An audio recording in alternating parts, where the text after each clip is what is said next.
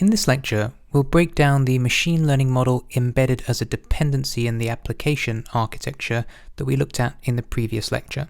The reason for the detail on this particular architecture is that during this course we will be building a system that adheres to this design. So let's begin with this slide, which presents a representation of the key areas of a machine learning system. At the base, we have the data layer, which provides us with access to the data needed to train our model. Above that, we have the feature layer, which generates our features. Then above that, we have the scoring layer, which transforms features into predictions. And finally, at the top, we have the evaluation layer, which monitors the equivalence of different models. Now, this diagram is a huge simplification, particularly around data pre-processing, but it's a useful thumbnail image of the steps our system must be able to perform. Okay, so let's dig deeper into this. Here's a breakdown of the offline training phase that our system is going to need. At the bottom of the pipeline, we have the training data group of components. These are functions or potentially entire applications to load and process our training data. This component may be complex, pulling data in from multiple SQL or NoSQL databases, or a Hadoop distributed file system, or making API calls to external services. The task of this component, or group of components, is to prepare the data such that the next step in the pipeline can run. This next step is around feature extraction. Here there will be applications or scripts to generate features. These might be simple, single scripts, or potentially entire models themselves, for example, natural language processing models for generating sentiment analysis features on text input data.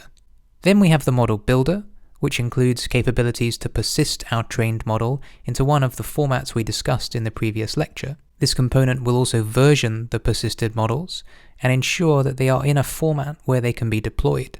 These three areas are grouped into a pipeline so that we can ensure the steps are always run in the same order, and also to help us pinpoint failures. For simpler pipelines, we can use the built-in pipeline functionality of scikit-learn or pandas. For more complex pipelines, we'll use tools like Apache Spark and Apache Airflow. The pipeline is operated via a continuous integration platform, ensuring that the process is automated. We'll be looking at how to do this later in the course. The output is a trained model, which can be published and then consumed as a dependency either directly by our application or by a dedicated machine learning microservice, meaning that this offline training is suitable for both architecture options 1 and 2 from the previous lecture. Moving on to the online live prediction phase. This is the structure of our application, which has the machine learning model embedded as a dependency. The application has a REST API, which expects requests to consist of a payload which contains the inputs our model prediction function requires. These inputs are cleaned and prepared in real time by a feature extraction module, and this feature extraction module should mirror the code used in the offline training phase as closely as possible. Predictions are then generated using the pre-trained model and returned to the client on the fly. Our API might offer single or bulk prediction options. If we put everything together, we can see both the offline and online parts of our system. It's important to note where the code overlaps, for example with our feature extraction code. Up until now, we've only really looked at the application parts of the architecture. There are other considerations for a running machine learning system, in particular the infrastructure, which includes things like databases, servers, and networking configuration. There are also external services to consider for things like hosting our private dependencies and running our continuous integration and deployment pipeline. Now don't worry if you're not familiar with all of these, we'll be carefully walking you through them during the course. In this very simplified diagram, you see the process we'll be walking you through over this course.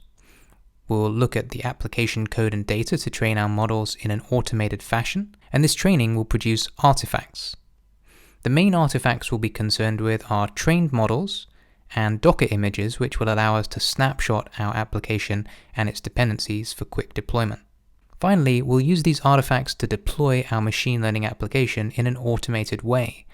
We'll look at deploying onto a platform as a service and infrastructure as a service, which are different cloud hosting options we'll be explaining more about later in the course. As we progress, we'll go into each of these areas in detail and explore trade-offs and alternative options. So that's the end of this section. Hopefully now you have a clearer idea of how to design your machine learning systems. The rest of this course is dedicated to putting the theory you've just learned into practice. Thanks very much. I'll speak to you again in section 5.